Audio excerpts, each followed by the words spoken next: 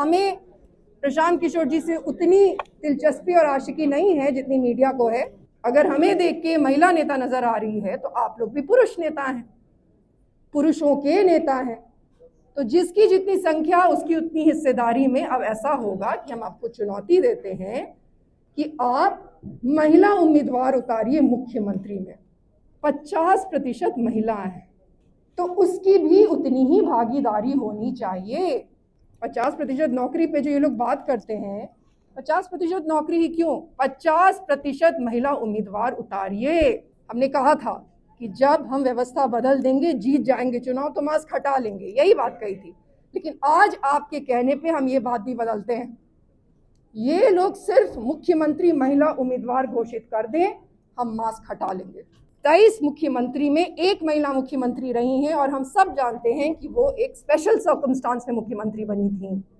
हम राबड़ी देवी जी की बहुत इज्जत करते हैं। केंद्र में जो मंत्री हैं फूड प्रोसेसिंग के, उन्होंने कहा कि उनको बिहार बुला रहा है, तो कहाँ है वो 5 वर्षों से, बताइए। एक और भी है, वो बेगूसराय में चुनाव लड़े, इतना वोट आया, उसके बाद गायब हो गए। फिर हमारे सुनने में आया कि दिल्ली से चुनाव लड़ रहे हैं, और फिर जब चुनाव आया तो आ गए। क्या कहते हैं आप लोग, टर टर करने। हम आपको सिर्फ अपना हाथ आगे नहीं बढ़ा रहे, बल्कि हम आपको अपना दिल आगे बढ़ा रहे हैं। और आजकल खुद को पढ़ा लिखा बताने वाले जो लोग आए हैं नए नए, जिनको इकोनॉमिक्स की बेसिक जानकारी भी नहीं है, सबसे पहली बात तो ये है कि ना ही वो किसी पार्टी के राष्ट्रीय अध्यक्ष हैं और ना ही वो मुख्यमंत्री उम्मीदवार हैं। पहली बात हो गई, तो ऐसे भी हमारा उनके बारे में बोलना उचित नहीं है। आज के बोलने की शुरुआत तो सीटी बजा के ही होनी चाहिए। बहुत सारी बातें आप लोगों को बता दी गई हैं। सबसे पहले तो आप सबका यहाँ पे स्वागत करना चाहूँगी। आप लोगों से मिलने का मौका मिल रहा है, अच्छा लग रहा है। आप लोगों को भी जानने का मौका मिल रहा है। कुछ बातें हैं घिसी पिटी हैं, लेकिन मुझे लगता है कि फिर से बताने की ज़रूरत है। कुछ लोगों को याद होगा, भली भांति याद होना चाहिए। आप लोग तो मीडिया के प्रबुद्ध लोग हैं। 2020 में 8 मार्च को जिस दिन इंटरनेशनल महिला दिवस था, उस दिन आप लोगों को हमारे बारे में पता चला। पुष्पम प्रिया चौधरी हमारा नाम है। हमने एक पार्टी बनाई जिसका नाम द प्लूरल्स पार्टी। हम लोग तो छोटे दल हैं, इसलिए ये सारी बातें एक बार फिर से बता देना चाहेंगे। और सबसे अधिक सीटों पे हमने ही चुनाव लड़ा। बिहार के इतिहास में, बिहार के राजनीतिक इतिहास में सबसे अधिक सीटों पे जिस पार्टी ने चुनाव लड़ा, वो पार्टी आज आपके सामने है। सिर्फ इतना ही नहीं, सबसे कम दिनों में चुनाव लड़ा। हमारी पार्टी को रजिस्टर नहीं किया जा रहा था, हमें सुप्रीम कोर्ट जाना पड़ा, तब जाके हमारी पार्टी को रजिस्टर किया गया। मात्र 20 दिन मिले और फिर भी हमने चुनाव लड़ा, क्योंकि कमिटमेंट किया था। 8 मार्च को ही कह दिया था, कोविड आ गया था, उसके बावजूद चुनाव लड़ा और सबसे अधिक महिला उम्मीदवार उतारे। 148 हमारे उम्मीदवार थे। लगभग 100 उम्मीदवारी खारिज कर दी गई, वो भी भारत के इतिहास में पहली बार हुआ। यहाँ पे जो बाकी पार्टियां होती हैं, उसके लोग तो उतने पढ़े लिखे भी नहीं होते। फिर भी क्या आपने आज तक ये सुना है कि किसी की उम्मीदवारी खारिज कर दी गई हो? एनडीए की, महागठबंधन की, जदयू की, किसी की भी सुना है? हमने सिर्फ जमीन से जुड़े हर धर्म, हर जाति के पढ़े लिखे लोगों को टिकट दिया। फिर भी लगभग 100 हमारी उम्मीदवारी खारिज कर दी। तभी भी सबसे ज्यादा सीटों पर जिस पार्टी ने चुनाव लड़ा था वो प्लूरल्स पार्टी थी। एकमात्र पार्टी जिसके किसी भी उम्मीदवार पे किसी भी तरीके का कोई आपराधिक आरोप नहीं था, वो भी द प्लूरल्स पार्टी ही थी। तो ये सब हो गई पृष्ठभूमि इस पार्टी की। अब आज यहाँ क्यों आए हैं? हमने इलेक्शन कमीशन से मांग के और ये चुनाव चिन्ह लिया है, जो सीटी है। और ये कोई मामूली सीटी नहीं है, ये विकास के इंजन की सीटी है, कल कारखानों के शुरुआत की सीटी है, स्कूल कॉलेज में विद्यार्थियों को बुलाने की सीटी है, खेल का मैदान जीतने की सीटी है, सख्त कानून के पुलिस की सीटी है, भ्रष्टाचार का पर्दाफाश की सीटी है और विजयी और शक्तिशाली बिहार बनाने की सीटी है, इसीलिए सीटी लिया है। और सीटी एकमात्र चुनाव चिन्ह है जो सिर्फ नजर नहीं आता, वो सुनाई भी देता है। और आज वो दिन आ गया है बिहार में कि अब सिर्फ नजर आने से काम नहीं चलेगा, अब सुनना भी पड़ेगा। खास करके महिलाओं को भी सुनना पड़ेगा, सिर्फ नजर आने से काम नहीं चलेगा। 1990 में जब लालू जी आए तो उन्होंने एक वादा किया, सामाजिक न्याय का वादा किया। हम मानते हैं, अब जो जनता इस पे कर सकती है डिबेट कि सामाजिक न्याय हुआ कि नहीं, लेकिन हम मानते हैं कि उन्होंने सामाजिक न्याय का वादा किया और अपनी तरफ से जो कर सकते थे भली भांति किया। फिर नीतीश जी आए, उन्होंने कहा लॉ ऑर्डर बहुत खराब है, बिजली की व्यवस्था खराब है, सड़क खराब है, हम ये सब बनाएंगे। जब तक नीतीश जी अपने पूरे होशो हवास में थे, कानून व्यवस्था भी अच्छी ही रही, लगभग बिजली और सड़क भी बना ही दिए थे। आज हम यहाँ पे वही वादा कर रहे हैं जो हमने 2020 में किया था। सबसे पहले बिहार में अगर इंडस्ट्रियलाइजेशन शब्द का किसी ने प्रयोग किया तो वो हमने किया था। उससे पहले कभी भी बिहार में उद्योग लगाने पे चर्चा ही नहीं होती थी। हम ही ने एक कैंपेन किया था जिसका नाम था लेट्स ओपन बिहार। हमने घूम घूम के वो सारे कल कारखाने दिखाए जो इन्होंने बंद कर दिए। अब तो सब कह रहे हैं कि होगा, सिर्फ हम लगा सकते हैं इंडस्ट्रीज यहाँ पे, ये लोग लगा ही नहीं सकते। हमने तभी भी कहा था कि सभी जिले में स्पेशल इकोनॉमिक जोन्स बनाएंगे और कम से कम 5000 एकड़ में वो होगा, तभी बिहार बदलेगा। और कितना भी ये लोग बदलाव का नारा कर ले, बिहार बदल ही नहीं सकता। हमारे अलावा कोई इंडस्ट्रीज लगा ही नहीं सकता, और ये तो और भी नहीं लगा सकते, क्योंकि हमारे बहुत ही दबाव बनाने पे 2020 में माननीय मुख्यमंत्री जी ने कहा कि यहाँ तो समुद्र ही नहीं है तो कैसे लगेगा। एनडीए के जो उस वक्त में काफी बड़े नेता थे, अब जीवित नहीं है, काफी बड़े नेता थे, उन्होंने भी कहा कि समुद्र ही नहीं है, लैंड लॉक्ड हैं। और आजकल खुद को पढ़ा लिखा बताने वाले जो लोग आए हैं नए नए, जिनको इकोनॉमिक्स की बेसिक जानकारी भी नहीं है, वो भी कह रहे हैं कि लैंड लॉक्ड नहीं है। बिहार लैंड लॉक नहीं हो सकता। हम देश नहीं हैं, इंटरनेशनल बॉर्डर्स होते हैं जो कि लैंड लॉक्ड होते हैं। हम राज्य हैं, हमारे पास वेस्ट बंगाल है कि नहीं है, कि हम अलग देशी हैं क्या? ये मामूली जिसमें समझ नहीं है वो बिहार नहीं बदल सकता। हमने ये वादा किया और इस वादा को पूरा करने के लिए ही आए हैं, आर्थिक विकास की सीटी लेके। अब एक और महत्वपूर्ण बात है, 5 साल हो गए हमें यहाँ पे आए हुए और हमने कुछ चीजें बहुत ज्यादा सुनी है यहाँ की राजनीति में। पहली चीज तो ये सुनी है, जिसकी जितनी संख्या उसकी उतनी भागीदारी। इसी पे होता है पूरा राजनीति, इसी पे होता है ना, जिसकी जितनी संख्या उसकी उतनी भागीदारी। तो हम आज ये याद दिलाना चाहेंगे जो प्रबुद्ध नेता लोग हैं उनको, आपके माध्यम से 50% महिला है कि भुला गया है। 50% महिला तो है। इनका तो कहना है, अभी राहुल गांधी जी आए थे तो उन्होंने कहा कि जो जातिगत जनगणना हुआ है उसका डेटा सही नहीं है बिहार का। तो चलिए ठीक है, हम मान लेते हैं, लेकिन महिला तो 50% है ना, तो उसकी भी उतनी ही भागीदारी होनी चाहिए। तो दो जो गुट हैं, महागठबंधन और एनडीए, हम उनको ये चुनौती देना चाहेंगे कि 50% नौकरी ही क्यों? 50% नौकरी पे जो ये लोग बात करते हैं, 50% नौकरी ही क्यों? 50% महिला उम्मीदवार उतारिए, तब समझेंगे।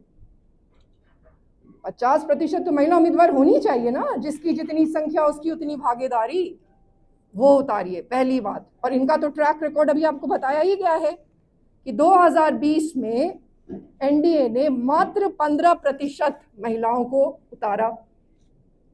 37 महिलाओं को उन्होंने उतारा। आजकल जो माई बहन मान योजना की बातें करते हैं, उन्होंने मात्र 10% महिलाओं को उतारा, 24 महिलाएं। और जो हम यहाँ पे बैठे हैं, जो इनके अनुसार से हमारी कोई हैसियत नहीं है, ये सब तो बहुत बड़े हैसियत वाले लोग हैं, बिना किसी हैसियत के भी हमने 42 महिलाओं को टिकट दिया, 28% मात्र 20 दिन में। तो आपको ये चुनौती है कि जिसकी जितनी संख्या उसकी उतनी भागीदारी, तो 50% महिलाओं को उतारिए मैदान में। और जिस दिन हम राजनीति में आए उस दिन से हमें कहते हैं नेत्री हैं, आप अध्यक्षा हैं, यही शब्द हमारे लिए उपयोग किए जाते हैं। नेता नहीं है, आप नेत्री हैं, आप अध्यक्ष नहीं हैं, आप अध्यक्षा हैं। ठीक है, मान लिए। और कहा जाता है महिला नेता है, महिला नेता हमने बहुत सुना। शुरू में हमें लगा कि हमने तो आज तक सबकी बातें उठाई हैं, महिलाओं की भी उठाई है, पुरुषों की भी उठाई है, जहां भी अत्याचार हुए हैं वहां की बातें उठाई। तो फिर आखिर ऐसा क्यों है कि हमें सिर्फ महिला नेता कहते हैं?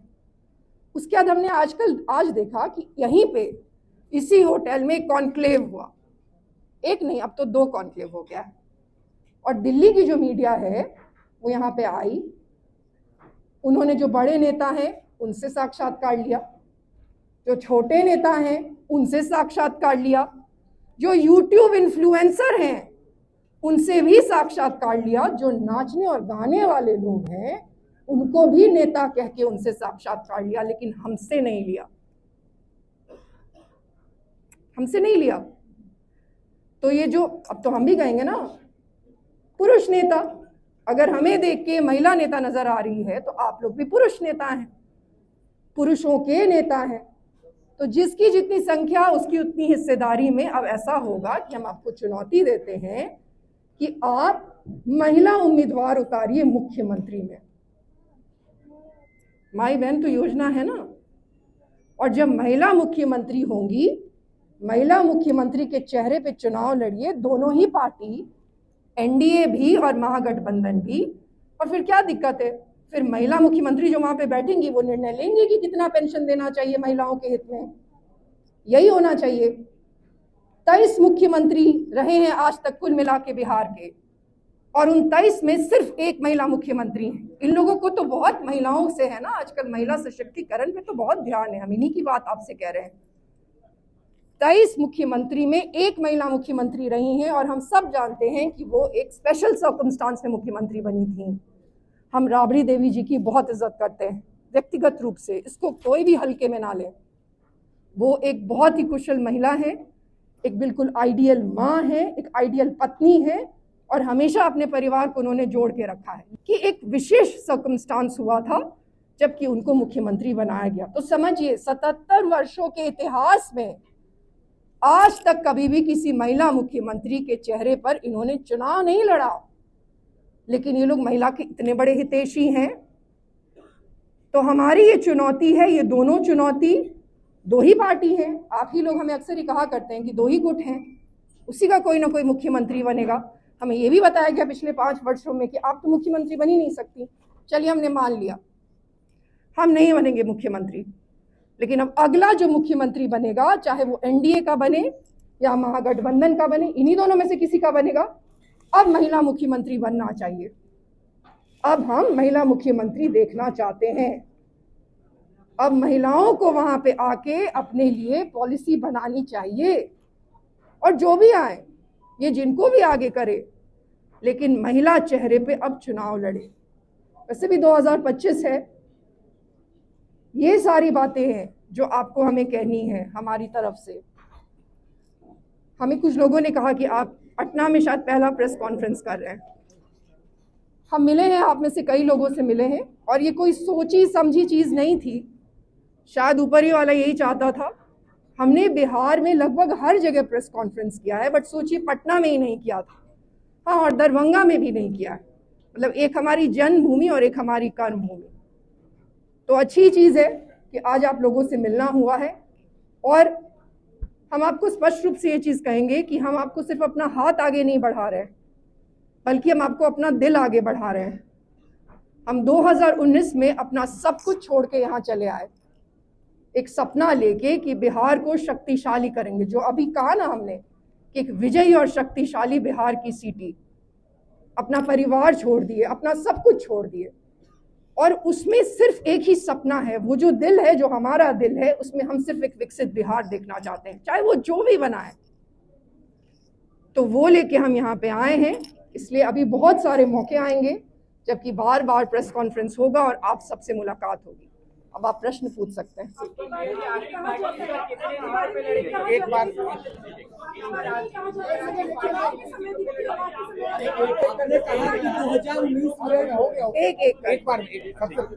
पूछिए।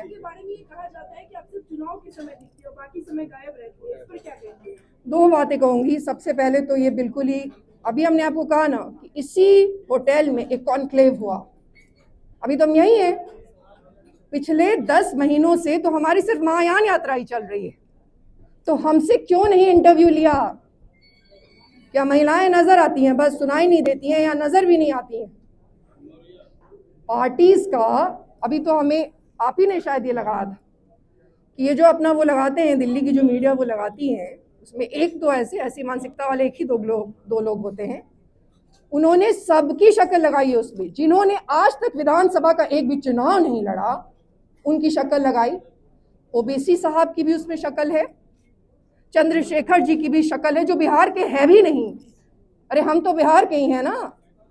तो ये सब जो नैरेटिव बनाया गया है पिछले 5 वर्षों में कि हम नहीं हैं, कुढ़नी में जब हुआ था, जहां हम गए थे, तो क्या हम नहीं थे? क्या कुढ़नी होनोलुलु में था? या हमने उनको लंदन में बुला के तस्वीर खींची थी? या हमारे पिताजी का जब देहांत हुआ था और माननीय मुख्यमंत्री जी आए थे, तो क्या माननीय मुख्यमंत्री जी लंदन आए थे? हमने आपको कहा कि हम 2019 में यहाँ आ गए थे और आज तक हम यहीं हैं। और एक बात और पूछेंगे, हम तो चुनाव हार गए, आप लोगों ने हमें कई बार ये याद दिलाया कि हमारी जमानत जब्त हो गई। अब हम पूछेंगे कि जिन लोगों की जमानत जब्त नहीं हुई थी, वो लोग कहाँ थे? अभी तो एक जो केंद्र में जो मंत्री हैं फूड प्रोसेसिंग के, उन्होंने कहा कि उनको बिहार बुला रहा है। तो कहाँ है वो 5 वर्षों से? बताइए। एक और भी है, वो बेगूसराय में चुनाव लड़े, इतना वोट आया, उसके बाद गायब हो गए। फिर हमारे सुनने में आया कि दिल्ली से चुनाव लड़ रहे हैं, और फिर जब चुनाव आया तो आ गए। क्या कहते हैं आप लोग, टर टर करने। तो ये लोग नहीं हैं, कहाँ हैं ये लोग?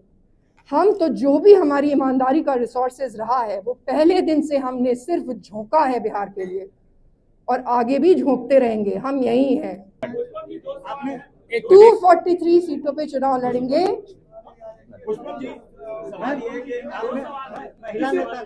सबका जवाब देंगे प्लीज।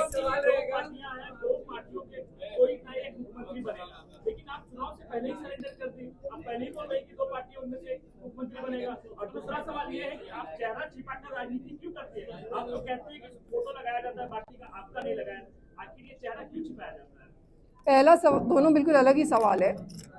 पहला जो सवाल है, सरेंडर नहीं किया है। अरे आप, मैं बोल रही हूँ, मैं जवाब दे रही हूँ। आप ही लोग बार बार कहते हैं ना कि 2 ही पार्टी है, ये तो हमने आप ही लोगों से सुना है। हमारे तो ये समझ में था कि इंडिया में मल्टी पार्टी सिस्टम है।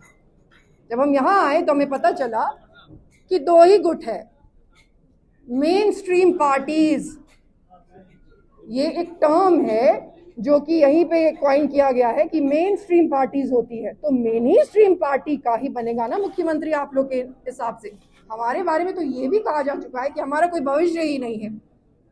तो उस सर्कमस्टांस में हम आपको ये कह रहे हैं कि उस सर्कमस्टांस में जहां सिर्फ 2 ही पार्टी है, हम तो ये भी कहते हैं कि 2 पार्टी सिस्टम कर दीजिए, 2 पार्टी सिस्टम कर दीजिए। अमेरिका में 2 पार्टी सिस्टम है, क्या दिक्कत?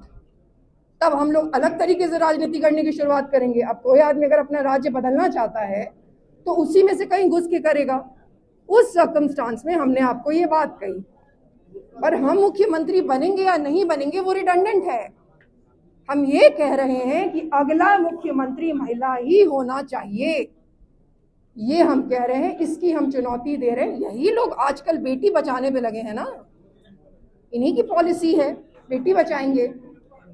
महिलाओं को इतना सम्मान करते हैं, तो बस इतनी सी बात है। जहां तक हमारी चेहरे की बात है, देखिए जब हम चुनाव हार गए थे 2020 में, तो हमारे बारे में खबरें बनी थी, आपने नहीं बनाई थी, किसी ने तो बनाई थी कायदे से, कि किसी को मुंह दिखाने के लायक नहीं रही पुष्पम प्रिया चौधरी।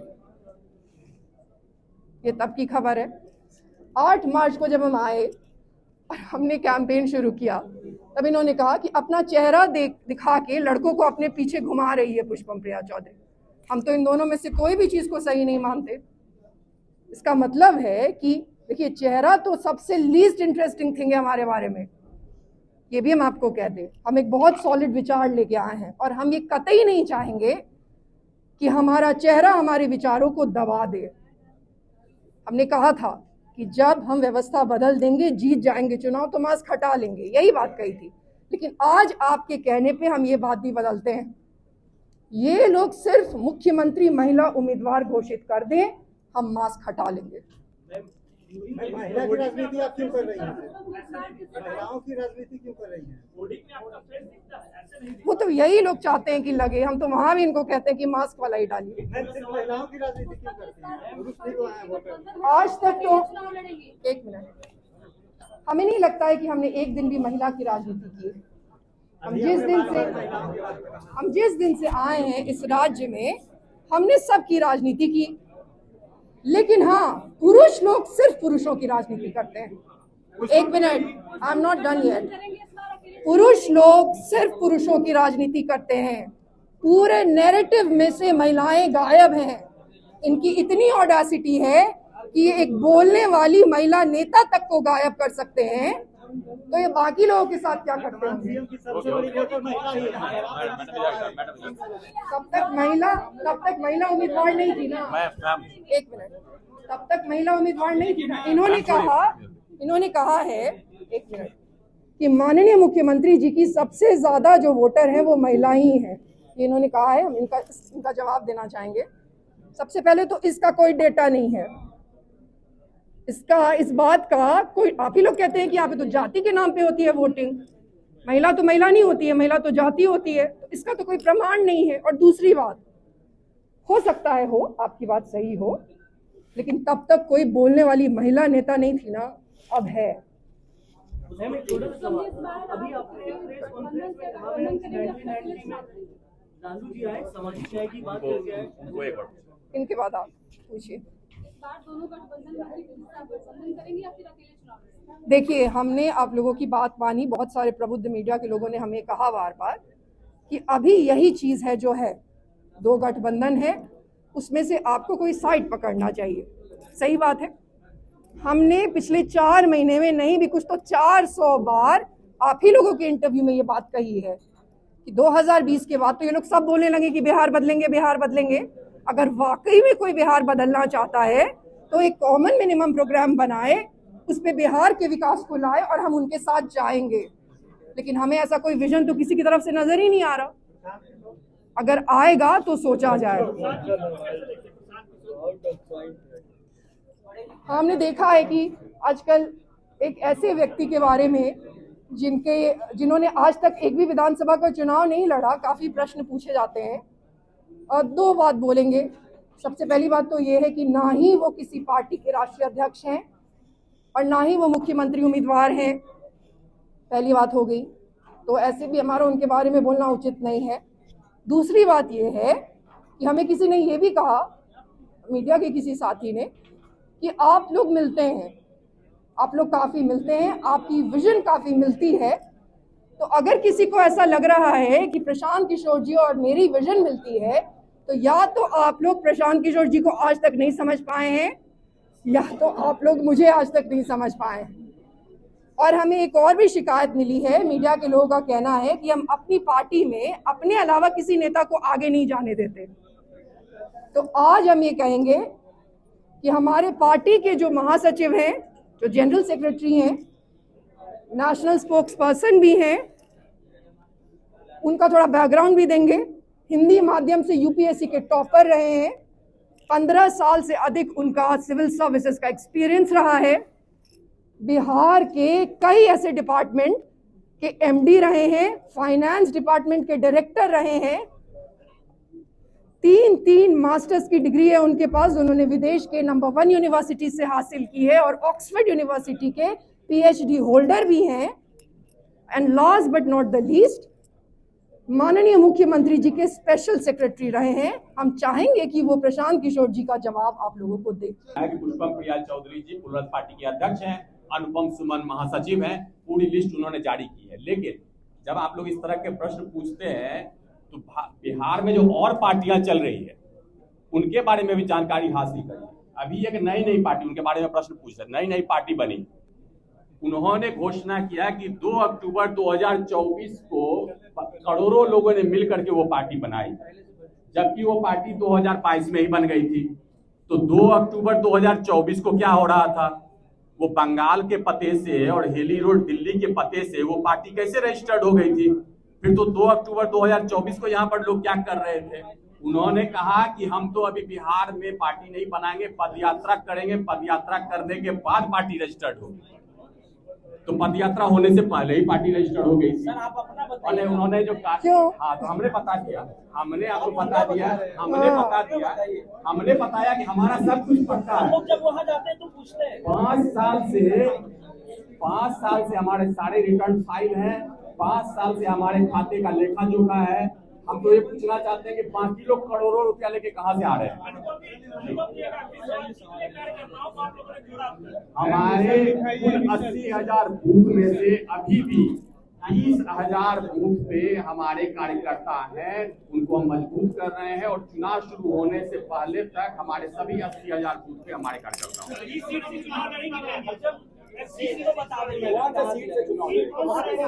हमें अभी सुनाई दिया कि आपने कहा कि डेमोक्रेसी है। अच्छा लगा सुन के कि लोगों को याद है कि डेमोक्रेसी है।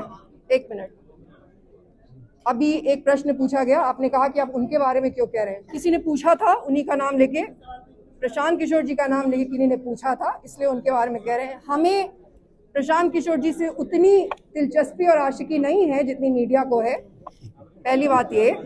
दूसरी बात, अभी उन्होंने कहा, एक और बात कहेंगे कि हम राय देने के 100 करोड़ रुपया लेते हैं।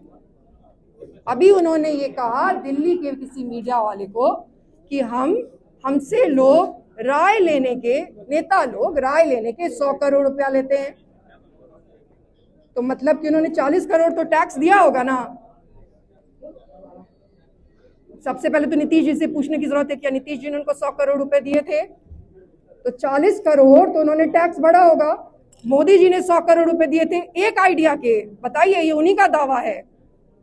तो मतलब कि तो हम इसी से ये कहना चाहेंगे कि थोड़ा पता लगाए कि वो सब पैसे कहाँ गए जब उन्होंने टैक्स नहीं भरे। तो मतलब कि काला धन है ना। दिमाग वाले प्रश्न तो पूछे जा सकते हैं। तो ये हो गई उनकी बात। जहां तक बात रही डेमोक्रेसी की, डेमोक्रेसी है, हम चुनाव लड़ेंगे और हम कायर नहीं हैं। हम वो पहला उम्मीदवार थे इस राज्य का जिसने कहा था कि हम मुख्यमंत्री उम्मीदवार हैं। तो हम जानते हैं कि हम हारेंगे, लेकिन हम फिर भी चुनाव लड़े थे। इस बार नहीं हारेंगे। पहली बात ये, हमारे पार्टी के लोगों का कहना है कि हमें अपने गृह जिला से लड़ना चाहिए जो दरभंगा है।